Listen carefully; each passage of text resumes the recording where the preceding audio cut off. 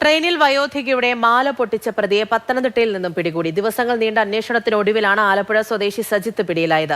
പ്രതിയെ പിടികൂടാൻ സഹായിച്ച സ്പെഷ്യൽ ബ്രാഞ്ച് ഉദ്യോഗസ്ഥന് റെയിൽവേ പോലീസ് ആസ്ഥാനത്ത് ആദരം നൽകി.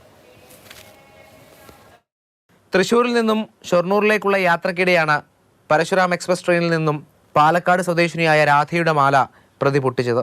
2 പവനോളം മൂല്യം വരുന്ന മാല മോഷ്ടിച്ച പ്രതി അപ്പോൾ തന്നെ ഓടി രക്ഷപ്പെട്ടു. സ്ഥിരമായ വിലാസമോ താമസ സ്ഥലമോ ഇല്ലാതിരുന്ന ഇയാളെ കണ്ടെത്തുന്നത് റെയിൽവേ പോലീസിന് മുന്നിൽ വലിയ പ്രതിസന്ധിയായി.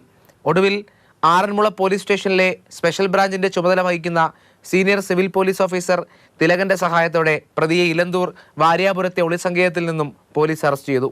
ആലപ്പുഴ സ്വദേശി സജിത്ത് എന്ന പ്രതിയാണ് പിടിയിലായത്. ട്രെയിനിനുള്ളിൽ നടക്കുന്ന മോഷണങ്ങളിൽ സ്ഥിരം കുറ്റവാളിയാണ് സജിത്ത്.